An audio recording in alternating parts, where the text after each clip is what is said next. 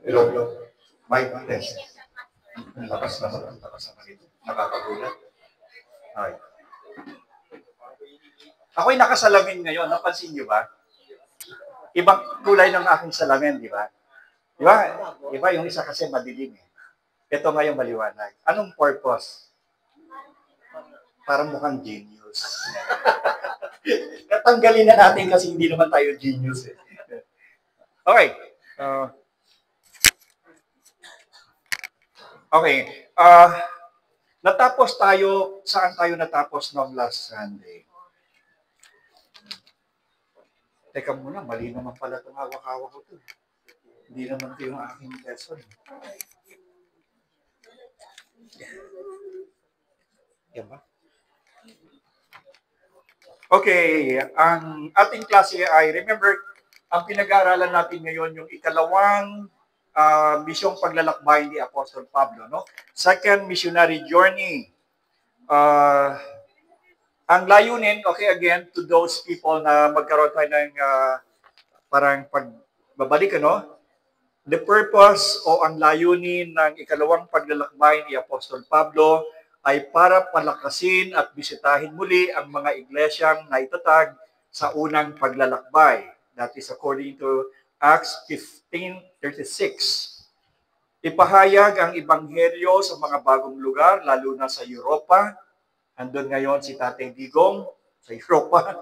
Inabot pala ni Apostol Pablo, mabuti hindi sila nagpang-abot.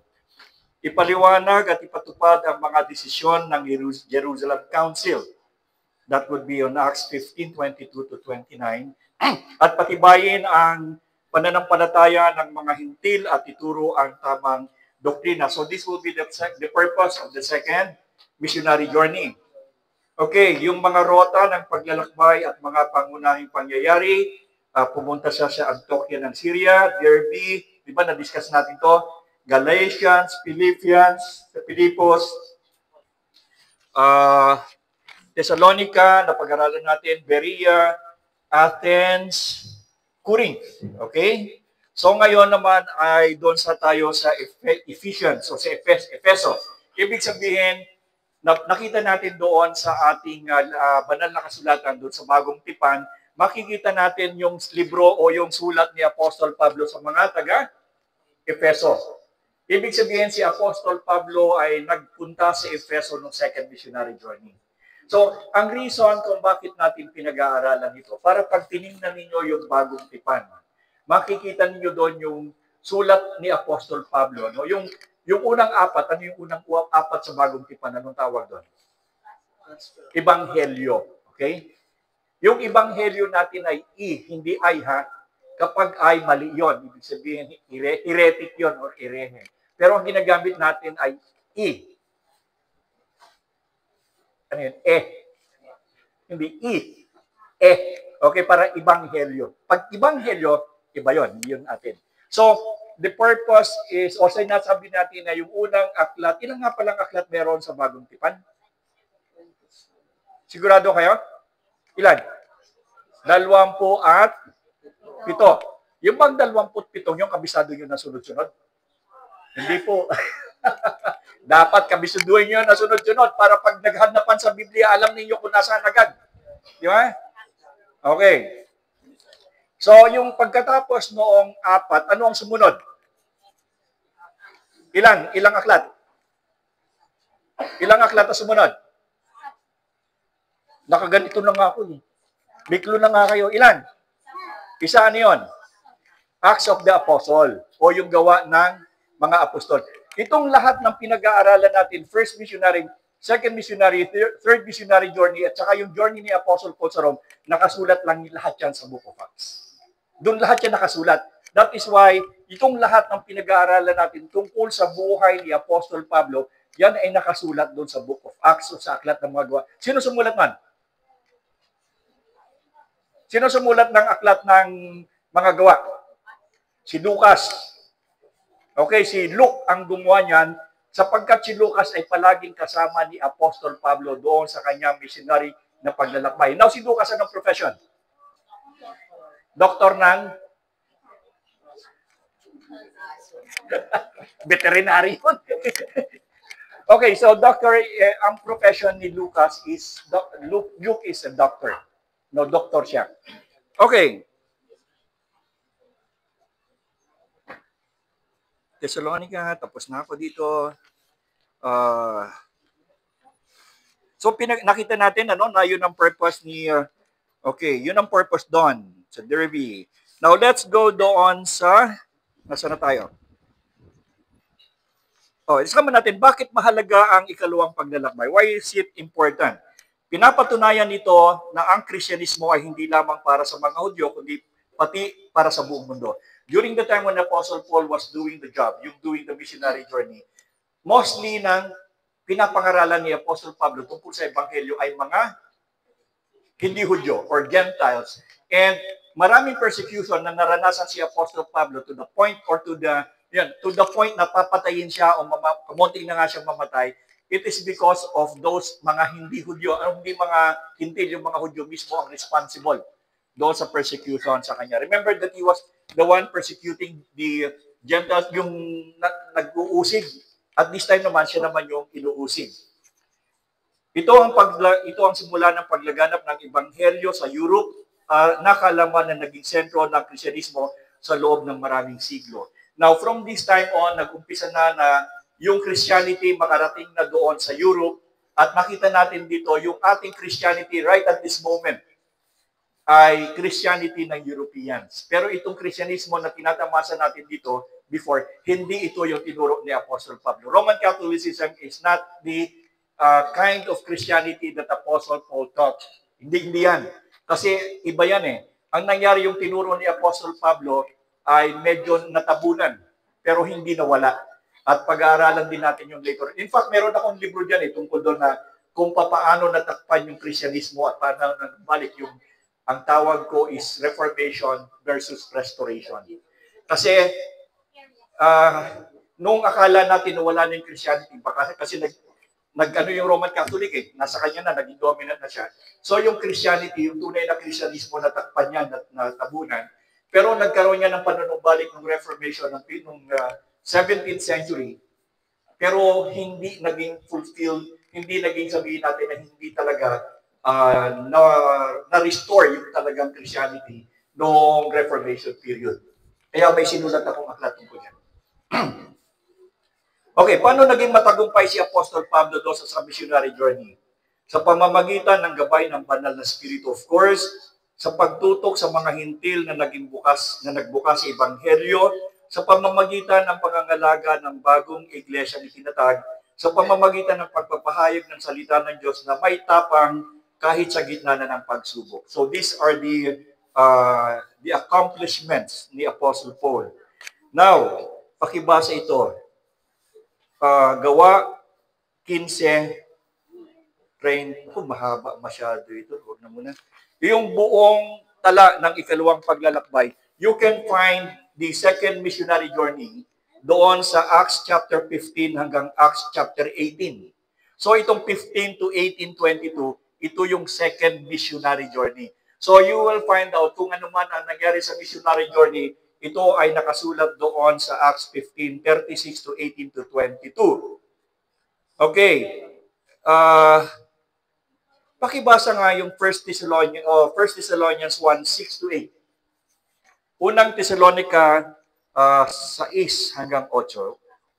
1 Thessalonians 1, 6 to 8. Pakibasa nga.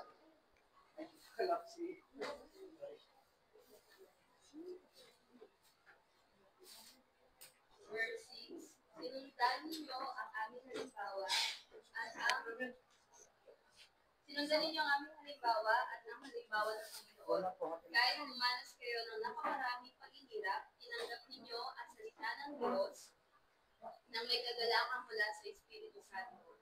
Kaya't naging waran kayo ng mga mananampalataya sa Macedonia at Akaya sapagkat hindi lamang ang salita ng Panginoon ang lumaganap sa Macedonia at Akaya sa pamamagitan ninyo.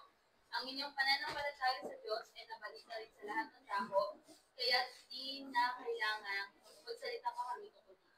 Okay, so nakita natin dito na nag-umpisa ng kumalat yung katuruan sa Thessalonians, ano? Kasi yung mga taga-Thessalonica, yung sinulatan na ni Apostol Pablo. Doon sa ikalawang Thessalonica, 3, kabanata 3 sa talatang 1 hanggang 5. Second Thessalonians, tama Thessalonians, ano? Nalilito na ako. 3:1 to 5. Tingnan ninyo kung ano ang sabi doon.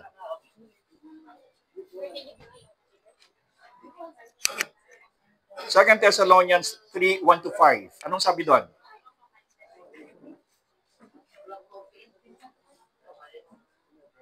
Mga kapatid, bilang pagtatapos, ipanalangin ninyo kami upang ang salita ng Panginoon ay mabilis na lumaganap at parangalan ng lahat tulad ng ginagawa ninyo. 2. Ipanalangin din ninyo magligtas kami sa mga taong napaminsala at magpasasama, sapagkat hindi lahat ay may pananampalataya sa Diyos. 3. Ngunit tapat ang Panginoon. Siya ang magpapatatag at mag-iingat sa inyo at dapat sa kasama. 4. Dahil sa Panginoon, malaki ang aming pagtitiwala sa sinusunod ninyo at patuloy na susundin ang mga sinuturo namin sa inyo. 5. At nabayan nawa kayo ng Panginoon upang lalo ninyo maunawaan ang pag-ibig ng Diyos at ang katatagang nagmula kay Kristo. Okay, dito sa second missionary journey, remember, sinulatan ni Apostol Pablo yung mga taga-Thessalonica. Ito yung sinasabi niya. Yung daw, meron daw mga tao sa Thessalonica na anong tawag niya, mapaminsala. Kung ganun salita niya na, mapaminsala. Dan, mapaminsala ka ba? Ang ganda yan, no? Mapaminsala. Ano ang mapaminsala? Ano ang mapaminsala? Kalikasan, di ba? Ang kalikasan ay mapaminsala kapag ito'y nagalit. Dadalang ka ng tornado, dadalang ka ng bagyo, dadalang ka ng typhoon, dadalang ka ng earthquake. Lahat ito ay mapaminsala. Meron pa lang talaga taong ganun. Ibig sabihin kapag ikaw pala ay mapaminsala, no, matindi ka pa talaga, no? Para kang lindol, para kang bagyo, ganun yung kaya mong gawin. So, ang sabi ni Apostle Pablo when he was writing the Thessalonians, it was on nandoon niya sa second missionary journey niya. So, tingnan natin. Magpatuloy tayo. So, nakarating na si Apostol Pablo sa Corinth. Now, let's go sa Ephesus na, no? Alright. Filipos, lampas na ako dyan. Troas, lampas na rin ako dyan. Ano ba yan? Wala na ako. Masyado na kasing malayo yung paglalakbay niya. Naiiwan ako eh. Filipos na Macedonia, we have here. Okay. Berea, andun, tapos ako sa Berea. Athens, tapos na ako. Ito ay 6 sa 7. Corinth, o to, sunod na.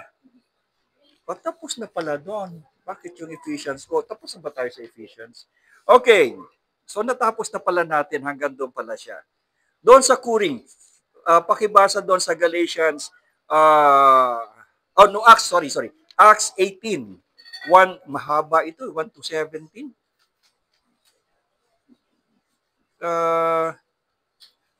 Sige nga, isa lang, tingnan natin kasi ito naman yung ating last na nababasahin. After this, next week, pag-aralan natin yung third missionary journey. Dito na, marami na siyang sinulat dito sa third missionary journey. Kasi ito, pagbisita pa lang, isa pa lang yung sinulatan niya, paikot-ikot lang siya. So, tandaan nyo ha, doon sa second missionary journey, ito yung pinuntahan ni Apostle Paul. Ang dami niya, nag-ikot hanggang nakarating siya sa tawag dito, sa Europe.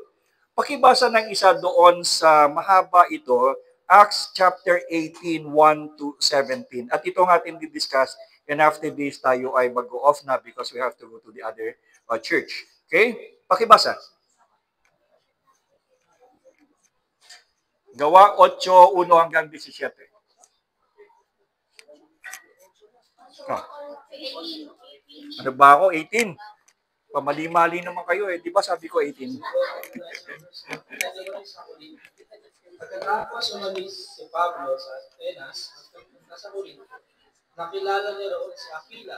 Okay, pumunta siya saan? Okay, so we're talking about Corinto ha. Ngayon, nasa Corinto tayo. Now remember, ang Corinto, ilan na sulat ni Apostol Pablo sa mga taga-Corinto? Dalawa, di ba? First Corinthians and Second Corinthians. So ibig sabihin, nakarating talaga si Apostol Pablo sa mga taga-Corinto. Okay, later on, makikita natin sinulatan niya yan. Sabi ko dito, nakilala niya raw sa Pila, isang Hudyong taga-Ponto. Kararating pa lamang nila mula sa Italia, kasama ang kanyang asawang si Priscilla. Okay, saan nang galing? Ano ang Italy? Part ng Europe. So nandun na sila, nakarating na sila doon sa, ang salita ng Diyos nakarating na sa Europe. Sige. Balik sila roon sapagkat pinalayas sila ni Emperador Claudio, ang lahat ng Hudyo sa Roma. Pagkita sa kanila si Pablo, at dahil sila ay magkagawan tulad niya, siya ay nakitira sa kanila at siya ay nagtatrabaho kasama nila. Okay. Before, di ba, tumigil na siya sa paggakuan? But before na tumigil siya sa paggagawa ng tent, sila ngayon ay napasama ka dito. Sino sinamahan niya? At tumira siya doon siya tumira. Anong pangalan? Si Claudio at? Tama ba? Hindi po, Emperador si Si Emperador si Claudio. Tumakas nga sila doon sa Italy dahilan sa inuusig sila. So yung mga lahat ng Hudyo ay umalis. So siya ay si Priscilla at saka si Aquila. Tandaan niyo yan, yung mga taong yan. At doon siya tumigil kasi pareho sila ng trabaho. Manggagawa sila ng tent. Ano kaya ang itsura ng tent ng araw? Parang ganun ano? Problema na nila yun. Sige. Tuwing araw ng pagmamahinga, si Pablo ay nakipagpaliwanagan sa mga sinagoga at sinikap niya makikayat sa pananampalataya ang lahat, maging Hudyo o Griego. Nang dumating sina Silas at Timoteo mula sa Macedonia, inuukol na ni Pablo ang buo niyang panahon sa pangangaral at pagpapatunay sa mga Hudyo na si Jesus ang Kristo. Sino kasama? Sinong dumating? Si Silas at saka si? Ilan ang sulat ni Apostol Pablo kay Timoteo? 2. So nakita nyo ha? So nakikita nyo na ngayong picture ngayon na sila pala ay hindi strangers sa isa't isa. When Apostle Paul wrote letters to Timothy, siya pala ay dating kasama niya dito sa Corinth. Di ba? Kasama niya Sino pa kasama ni Timothy? Okay, sige. Dami nyo na natututuhan ha? Verse 6, nang sila'y salungatin at laitin ng mga ito,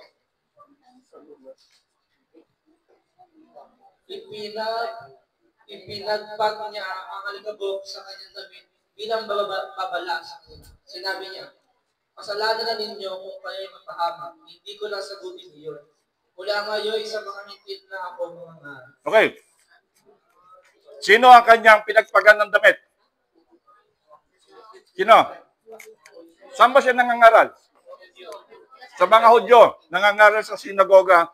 Dahil lang siya yung nasa sinagoga, ayaw makinig sa kanya sa katuruan patungkol dito. Ang sabi niya, kumakain ako. Okay. Pupunta na lang kami sa mga hintil, pagkatapos ano kanyang ginawa? Ito. Kailan pastor tayo mamimigay ng truck distribution? 29. Mag-truck distribution tayo. Baka naman pag hindi tinanggap yung tax ninyo, magpagpag kayo ng damit ninyo. At magagano pa kayo ng paa nyo. Sabi niya, dahil hindi kayo tumanggap, di ba? Di ba nagpapagpag ng kanila, hindi magagawin nyo, kakaya naman. Okay, hindi na tayo kasama doon sa nagpapagpag ng damit pag nag-truck distribution tayo. Sige. Verse 7, sabi ko dito, kaya umalis siya roon at tumira sa bahay ni Tisio Gusto, isang hentil na may takot sa Diyos. Okay. Di ba kasi Aquila, si Priscilla, ngayon lumipat sila kay? Tisio, di ko yung pronunciation, J-U-S-T, Gusto. Tisio Gusto. Gusto yung kompleto. Gusto di ba? So ito ay isang hentil. Okay, so even Apostle Paul was a Jew, hindi siya natakot na tumigil sa mga hintil. Kasi during the time, if you're a Jew, iba ka sa kanila eh. Pero si Apostle Paul, wala siyang distinctions between a Jew and a Gentile. Okay. Sabi ko dito, si Crispo, verse 8, si Crispo na tagapamahala ng sinagoga at ang kanyang sambahayan ay nanalig sa Panginoon. Marami pang mga taga-Korinto na nakinig kay Pablo ang sumampalataya at nagpabautismo. Okay. Tandaan nyo si Crispo ha. Si Crispo ay tagapamahala ng sinagoga. Tingnan nyo kung anong mangyari kay Crispo mamaya. Verse 9, isang gabi, sinabi ng Panginoon kay Pablo sa pamamagitan ng isang pangitalin, huwag kayong matakot, ipagpatuloy mo ang iyong pangangaral. Ano man ang mangyari, huwag kang titigil, sapagkat ako'y nasa iyo. Hindi ka maaano sapagkat marami akong tagusunod sa lungsod na ito. Verse 11, kaya't nanatili siya roon at ipinangaral niya ang salita ng Diyos sa loob ng 1 taon at kalahati. Yan. Ilang taon siya sa Korinto? 1 and a half. Verse 12, subalit nang si Galio ay naging gobernador ng Akaya, nagsama-sama ang mga Hudyo sa pagtakip kay Pablo at pagdadala sa kanya sa hukuman. Pagdating nila doon ay sinabi nila, hinihikayat ng taong ito ang mga mamayan na sumamba sa Diyos sa paraang labag sa batas. Verse 14, magsasalita na sana si Pablo nang sabihin ni Galio, kung ang usaping ito ay tungkol sa isang mabigat na pagkakasala o paglabag sa batas, makatuwirang pakinggan ko kayo. Subalit ang sakdal niyo ay tungkol lamang sa mga salita at mga pangalan. At sa kautosan ninyong mga Hudyo, kayo na ang bahalang lumutas niyan. Okay. Si Galio ay ano? Ano siya? Sinong pinalitan niya? Si Claudio. Kaya si Galio, anong sabi niya? Nireklamo ng mga Hudyo si Pablo kay Galio. Ano ang response ni Galio? Who you? Yeah? Who you? Kinalaman ko dyan. Bakit? Iba yung usapin ninyo eh. It is not, hindi naman, wala namang kinalaman sa ruling ng Roman Empire yung inyong problema. Ang problema nyo, names, and religious. So, that is not sakop. Anong sabi niya? Bahala kayo. Diba? Ganon yun eh. Huwag kang makikialam kung hindi yun, di ba? Parang yung deheg, huwag kang makialam sa Pilipinas. Okay, let's go. Ayaw ko pumatol sa bagay na iyan. At sila yung pinalabas niya sa hukuman. Kaya si Sostones, na tagapamahala ng sinagoga, ang sinunggaban nila at binugbog sa harapan ng hukuman. Hindi naman niyon pinansindigan. Sino yung binugbog? Yung isa kanina. So, hindi si... Ano yung dalawa? Di bali dalawa yung... Iba yung sinabi kanina ng tagapamahala, di ba? Ito ay si Crispo kanina. Ito naman si Sostenes. So, ito yung binugbog. Ano kasalanan niya? Baka mo nga sila. Bugan sila doon. Di ba? So, binugbog siguro most likely, baka naniwala din ito, bagamat walang maliwanag na sinabi. But there was no reason for them not, nabugbugin siya kung walang dahilan. At ang pinag-uusapan dito ay patungkol sa pananampalataya. Makakasama ni Crispo. Baka magkasama ni Crispo, magkakasama sila doon. Kaya binugbog siguro. So, tapos na ba? Hindi pa. Tapos na. 17.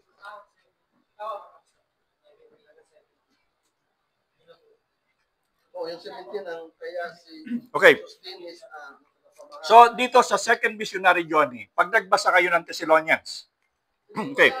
Ha? Kaya inano, sinugaban din si Sostenes kasi tagapamahala din daw siya ng sinagoga. So, ibig sabihin, pinapayagan din ni Sostenes yung pagpasok ni Apostol Pablo at pagtuturo sa sinagoga.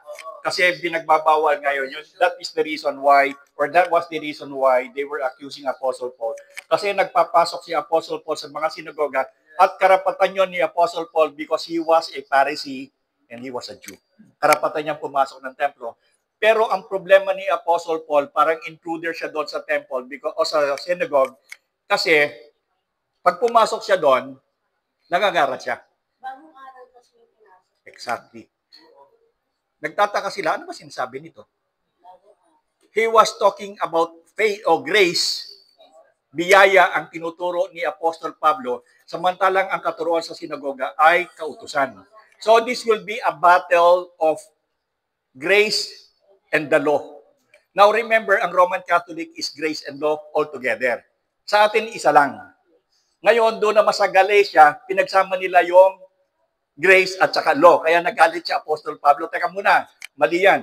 That is also the reason why hindi tayo naniniwala doon sa argumento na kinakailangan ang pananampalataya at gawa. Kasi that is grace and law. Ang naniniwala tayo, biyaya lamang. Sabi lang, paano ka naniniwala na makapagligtas? Ibig ba sabihin, matapos mo na kaligtasan, gagawa ka na ng kasalanan at maliligtas ka pa rin? Teka muna, you're missing the point. Kasi hindi ka pwedeng mamuhay sa biyaya at nagpapatuloy sa kasalanan. Yun ang hindi nila makita. But for us, maliwanag yun. No, very, very clear sa atin, the moment we become a follower of Christ, napuputol na yung pagpapatuloy ng paggawa ng kasalanan. Yung mga hindi mananampalataya, nagkakasala sila pero nagpapatuloy. Ang mga Kristiyano nagkakasala pero hindi nagpapatuloy. Ibig sabihin, there is a point of time even though you are sinning. But because of the Spirit of the Lord will convict you. Hindi ka para sa ganyang purpose. You were not created by God for the purpose of continuous sinning. But does not necessarily mean na hindi ka na magkakasala. The difference is that you do not continue because there is a conviction of the Spirit of God. Kita niyo ang difference? Okay. So, at this point, sa second missionary journey, dito niya sinulatan ang Thessalonica. That is why, kapag pinabasa kayo o may nagmensahe doon sa pulpito, ang ating ikang mensahe ngayong umaga ay makukuha sa ikalawang o doon sa unang Thessalonica. Oops!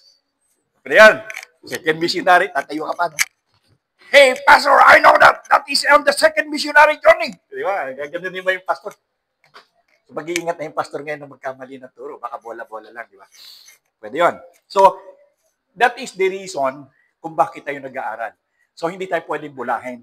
Kasi napakarami ng mga tao na naniniwala ngayon na napakadaling maniwala. Kahit anong ituro mo, naniniwala sila tungkol sa Christianismo kasi wala silang alam. But if you know what Christianity is, hindi ka pwedeng bulahin. Kaya nga kayo tinuturuan ko eh. Para hindi kayo mabola. Tapos turo nyo rin sa iba para yung iba hindi na rin mabola. Uso ngayon ng budol. Di ba? Para hindi kayo mabudol at yung iba ay hindi mabudol, pero alam ko na budol na kayo, dahil nung eleksyon na budol kayo. Pero sa pananampalataya, huwag kayong papapabudol. Uy, kanya-kanya na natanggi. Nagkakalabasan na. Magkano dagdagan? Okay. So, nakita natin dito, no, the reason why we are studying what Apostle Paul did is for us or to enable us to learn what transpired. Kung ano yung nag-transpired. At makikita natin dito, after ng Acts, ano na nangyari? Then that will be the start of tinatawag nating church fathers. Kasi ito, 100 years eh. Ito yung 100 years. After ng 100 years hanggang sa break niyan ay 14th century na. Simula niyan, bibigyan ko kayo ng nangyari. Anong nangyari after ng 100 years up to the 14th century? Chaotic na yan. Yan yung hanggang sa medieval period na yan. Kadiliman na yan. Diyan na nagkaroon ng formations ng haluan ng mga Christianity na yung Christianity had been adulterated by different kind of group. Katulad ng na-adulterate na yan ng Babylonian, which is Dagonism. Na-adulterate na yan ng Persian na, ano ba yung Persian? Ano isa Persian? Si Dagon. Muna, nawawala ko. Tapos yung sa Roman Empire, tapos yung sa Greek muna. So, yan yung naghalo-halo yan eh. Yung pasimula doon sa 100 hanggang sa 14th century, hanggang sa 15th century na. Ang haba niya na naghalo-halo niyan na yung tunay na Kristyanismo na tinuro ni Apostle Paul, alongside na lang sila, naging marginal na. At sabi nga, nanumbalik lamang yung katuruan ng tunay na Christianity during the time nung Reformation period ng 1517. Diyan na nag-umpisa yan. So, ibig sabihin, from 100 years, na-restore lang yan ng 1517 century. Ang tagal. Nagalo-halo na yan. Tuturo ko rin sa inyo yan. Pagkatapos ng restoration ng 1517 sa Reformation, hindi talaga completely reformed. Na-reform siya, pero hindi siya na-restore. Yun yung problem. Hanggang ngayon. Hanggang sa simbahan na to, ewan ko kung na-restore na. So that was the problem. Pero di-discuss din natin. That's why I would like you to learn what happened sa Kristyanismo. Actually, ganito kakapal yung librong ginawa ko dyan. Gumawa ako ng libro, rinace ba ko yung history before pa, ano ba talaga ang nangyari sa Kristyanismo? What I did was to do the deductive system. No, deductive.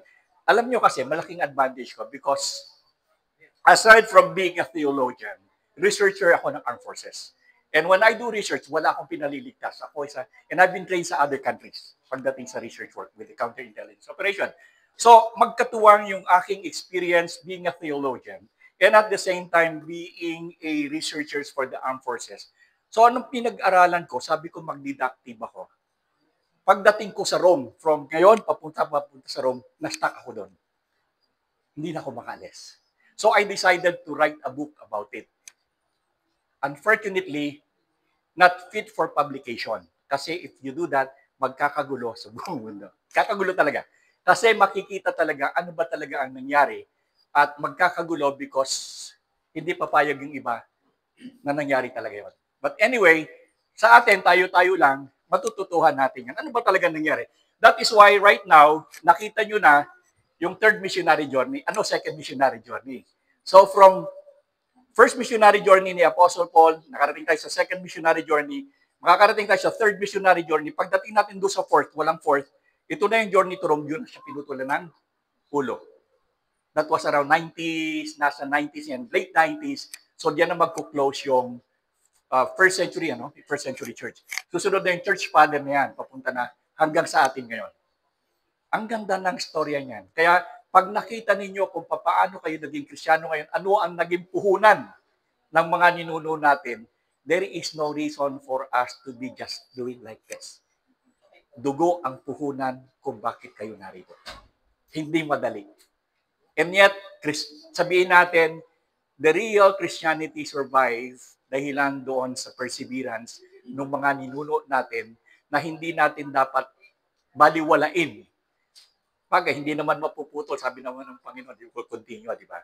So, kahit anong mangyayari, it will go on because that was the work of God. That is the work of God. Hindi naman natin work yan. But dapat i-cherish natin.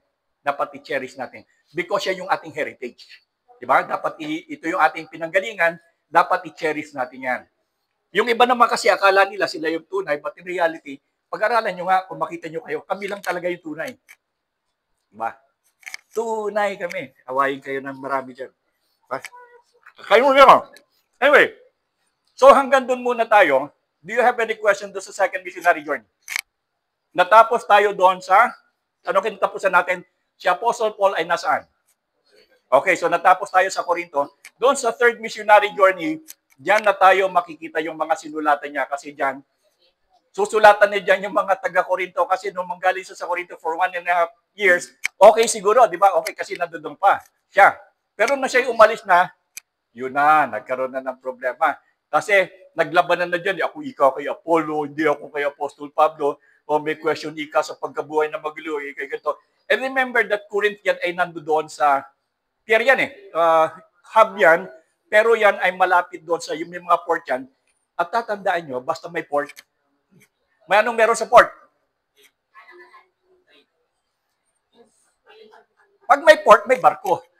Diba? Kaya nga port Okay, tama ka, pero may covers. Kasi kaya nga dumadaan yung barko, kasi yung mga barko ay merong mga dalang paninda. So, pero pagka may mga barko, merong mga pahinanti ng barko. Pagka yung mga pahinanti ng barko, coming from different places, nag-travel sila ng matagal, they were looking for what? Pleasure.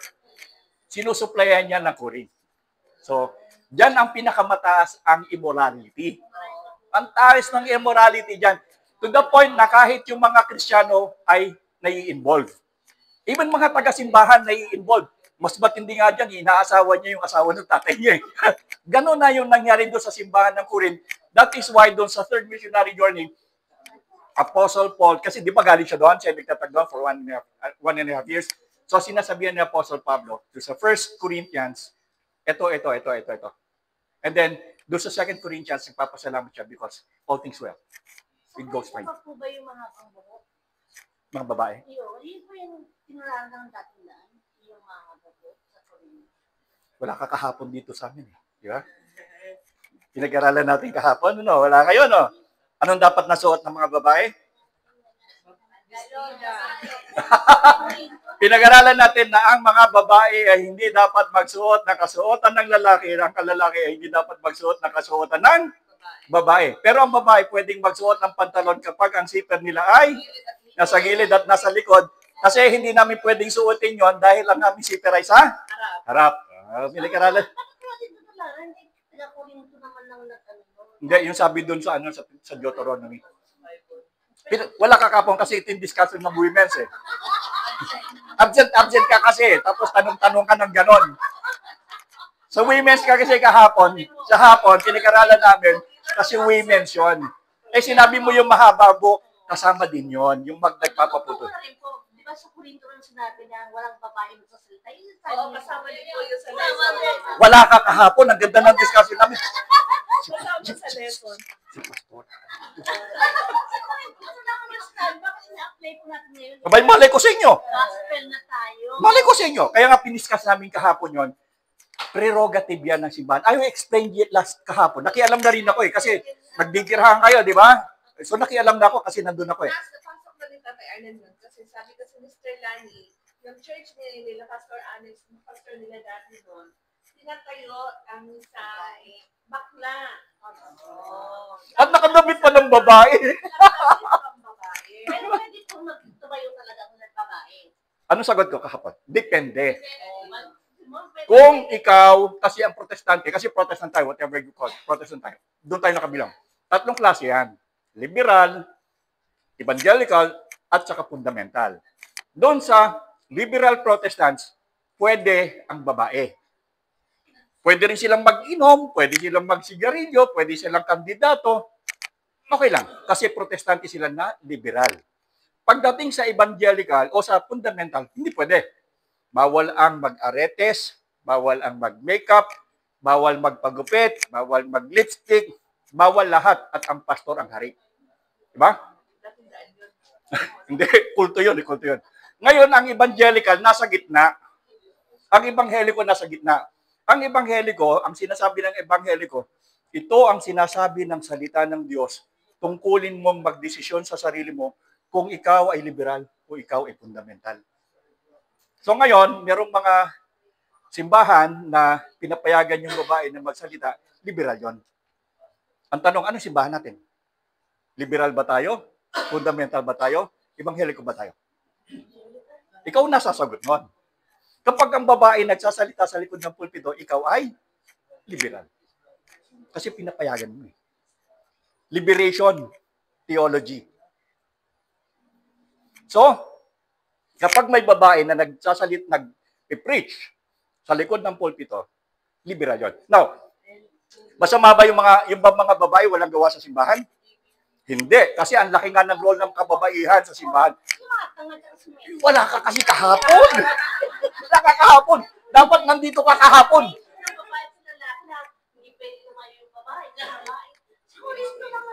There. Isa lamang ang pinagbabawal sa mga babae, yung manguna sa lalaki.